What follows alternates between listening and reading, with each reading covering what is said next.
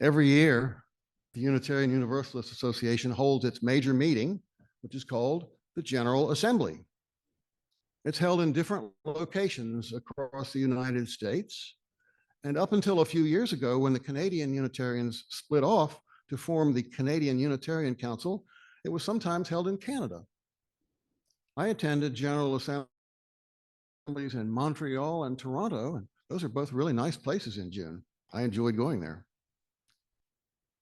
The Unitarian Universalist Association was formed in 1961 with the merger of the American Unitarian Association and the Universalist Church of America. That was 62 years ago. So this year's GA was the 62nd annual gathering of the Unitarian Universalist Association. I have been going to General Assembly, or GA as we call it, almost every year since 1988. I've missed once or twice, but I've been to GA at least 30 times. Anybody can attend the General Assembly. All you have to do is register and pay the registration fee, which this year was $400.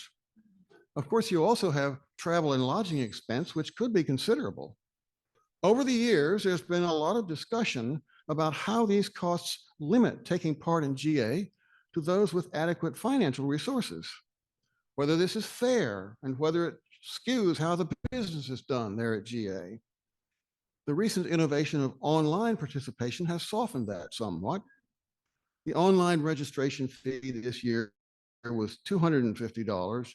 And of course, those who attended online had no travel and lodging expenses at all. Not everybody who attends GA is a delegate. Ministers who are serving congregations, that's me, are automatically delegates, and each congregation is allowed to send one delegate for each 50 members or portion thereof. And so since we have about 60 members, a UUBRidge can send 2 delegates in addition to the minister. As far as I know, we have in the past, we've never sent any delegates other than the minister. But this year, Karen Allen and Kathryn, here they are, were appointed by our delegates. And so in June, they attended the General Assembly in Pittsburgh, Pennsylvania, along with me. And we'll be hearing from them about their experience of GA in a few minutes. Attendance at the GA varies by location and assorted other factors. This year in Pittsburgh, there were several thousand people present, and many more were online. The official count was that there were 2,593 delegates representing 715 congregations. 1,577 delegates were present in Pittsburgh, with the rest attending online. I remember some years ago, I don't remember exactly what year, but some years ago when GA was held in Boston, where there are hundreds of UU churches within a few miles. This was before online participation. You could only be there in person. And the in-person attendance that year was about 7,000 UUs. It was a big deal. The General Assembly is where the business of the association is conducted. This year, there were 2 major items on the agenda: electing a new president to succeed the Reverend Dr. Susan Frederick Gray, who has now completed her 6-year term as president, of Article 2 of the UUA bylaws. The present Article 2 states our 7 principles and lists 6 sources of our faith. It's fairly brief. Indeed, you could memorize it if you wanted to. Maybe some of us have. The revised Article 2, proposed by the Article 2 Study Commission, is very lengthy. It's 24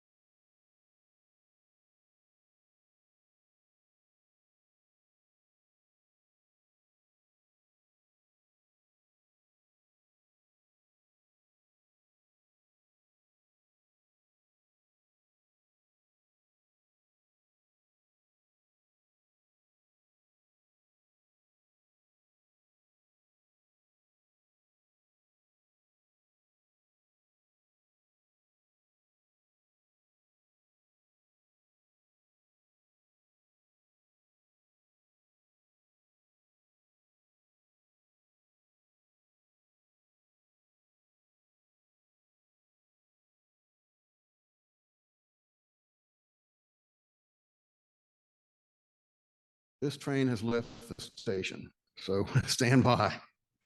The other item of business was the election of a new president to serve a 6-year term as head of the UUA. There was only one candidate, the Reverend Dr. Sophia Betancourt. While she is highly qualified, and she really is, an election with only one candidate seemed to me more like the Soviet Union than America.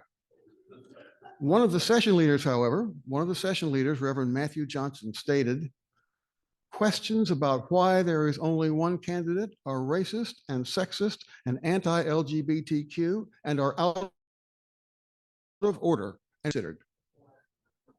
I personally found that offensive.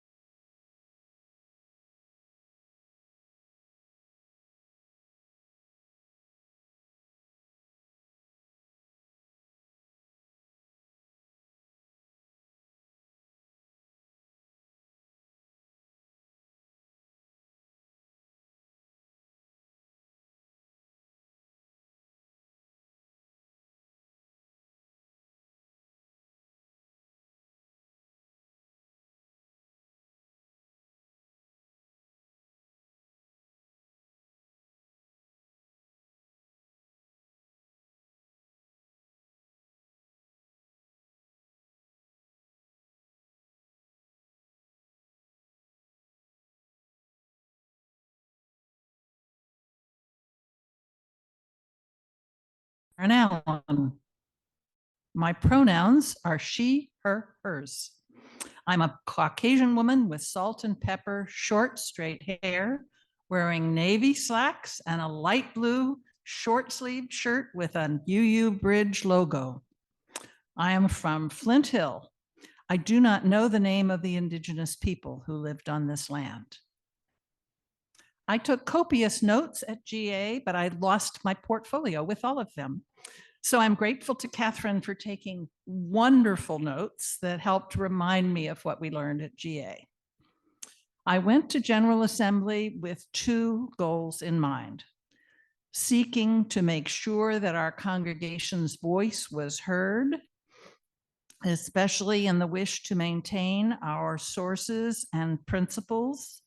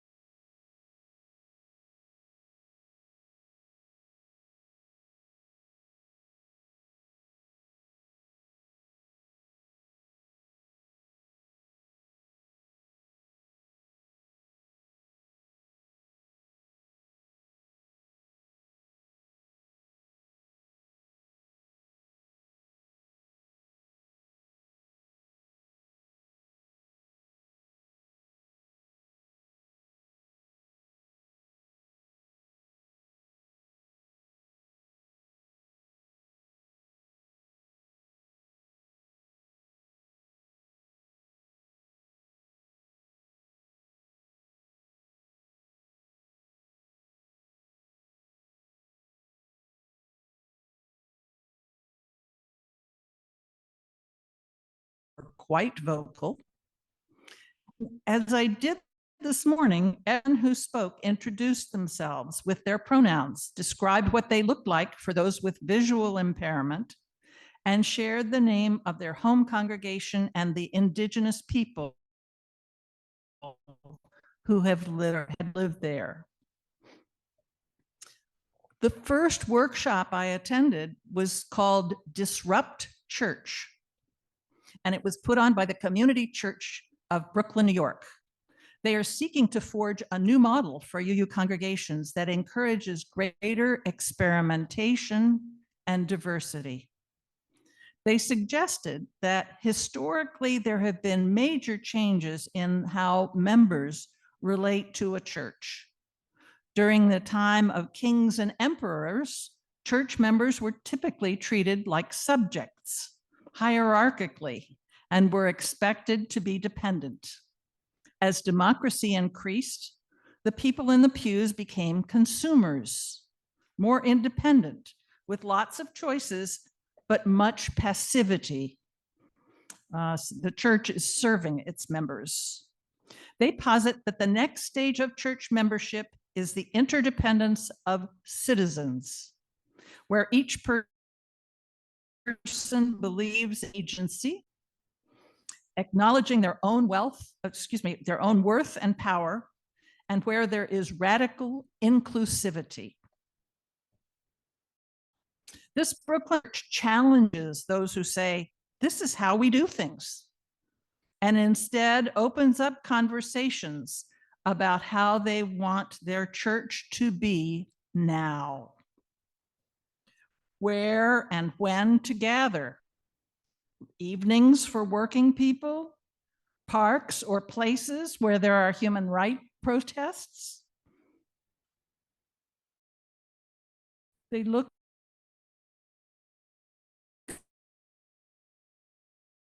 at what is bringing in, knowing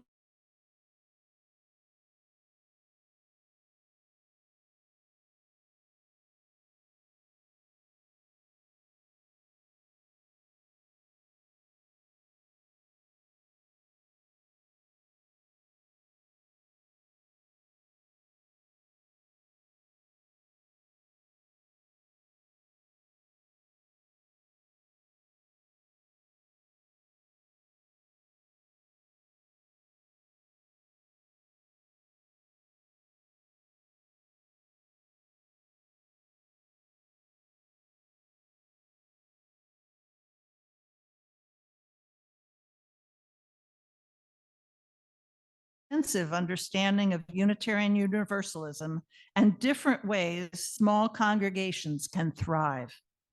Each time we made clear our opinion that UUA needs to work with small congregations who have not had sufficient input on the reasons for changes in some of our bylaws.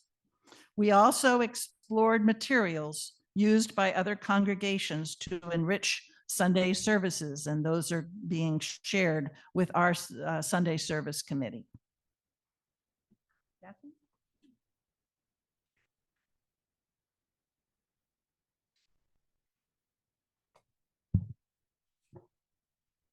I'm Kathryn Treanor, and I'm not going to go through all of the other information, but it was striking to hear everyone's personal pronouns and other information.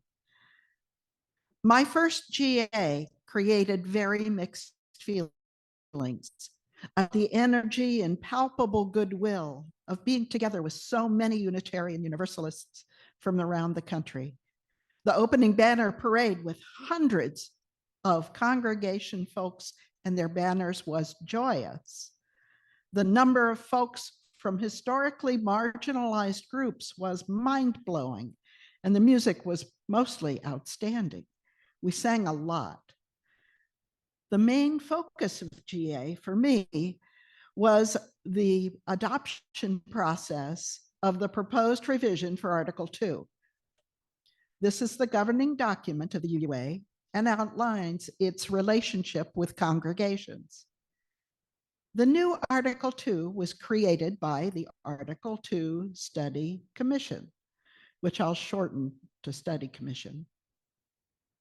As you remember, at UUBRidge, we received that final report of the Study Commission.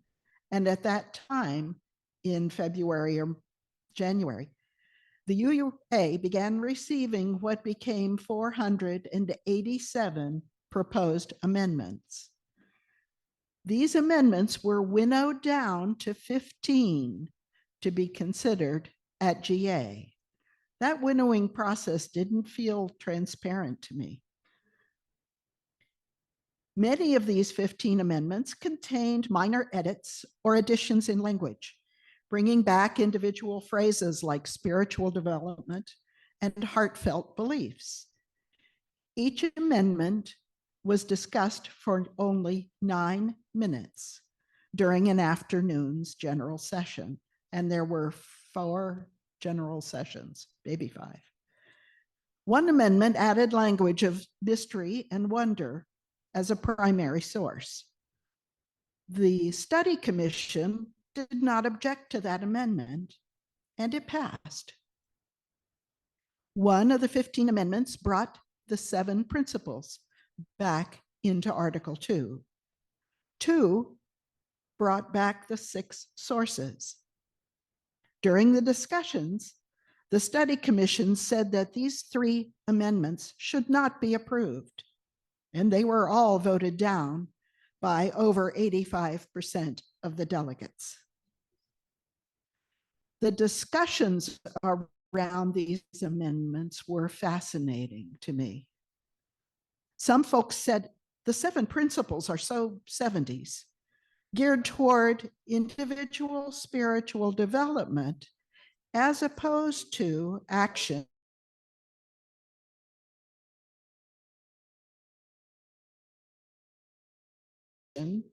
Don't see themselves in the 7 principles or the sources. Some folks had problems with specific language in the principles. The word worth was seen as linked to a person's monetary value.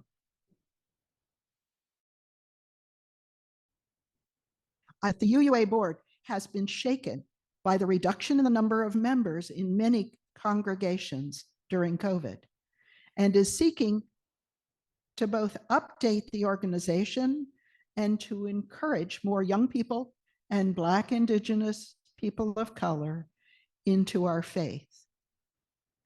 Each afternoon, there was palpable joy in the auditorium as the young people in the room and the UUs, especially from larger congregations, discussed the revised Article 2 and the amendments. We often heard comments like, "We want to center love and our core values as the basis for everything we do." A young, multiracial, and multicultural woman said, "I feel seen in this new Article 2. There was a lot of language around the word covenant, bringing a new sense of accountability, both within the UUA and for members. Folks said, "We want to value relationships in beloved community as opposed to encouraging individual actions as inferred in the 7 principles. People will see passion in our actions," they said, "and want to join UU." UU Executive Vice President Kerry McDonald was clear in his support, but I couldn't take down his comments as fast as he said them. In a UU World article, he said, "My view of the proposal from the study commission is that it's a deepening and expanding the language of the 7 principles to include commitments and actions about the values that are at our foundation and what they call us to do as people of faith." He also said, regard the outcome of the vote, individual congregations and UU communities can hold and value the 7 principles as a meaningful part of our religious tradition, just as some congregations have adopted the 8th principle on their own. I think it will be meaningful for UUBRidge to discuss adopting the 8th principle, even with its language flaws. We heard that UUs must be ever-changing and that we need to keep the conversation going into 2024, when Article 2 will again be voted upon.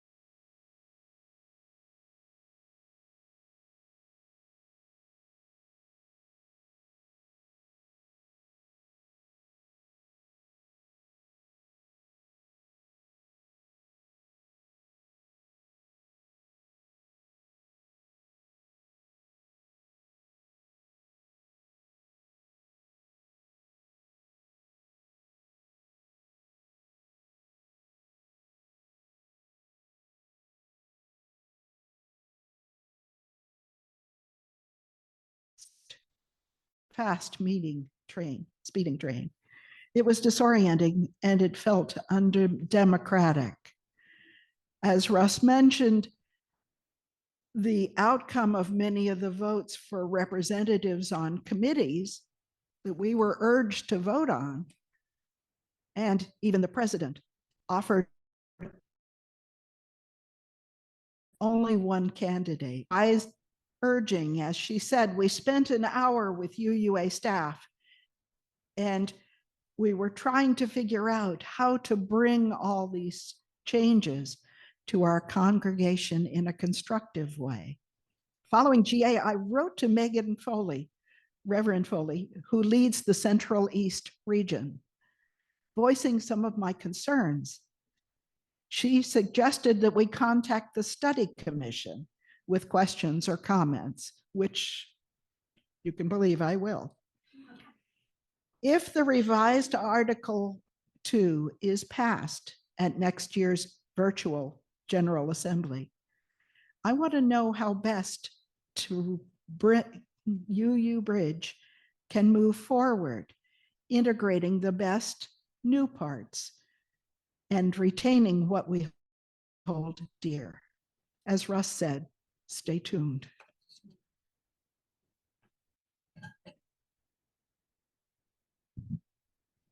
You have heard the experiences and opinions of those who attended a General Assembly. Now it's time to hear from you. What responses or questions might you have about this year's General Assembly?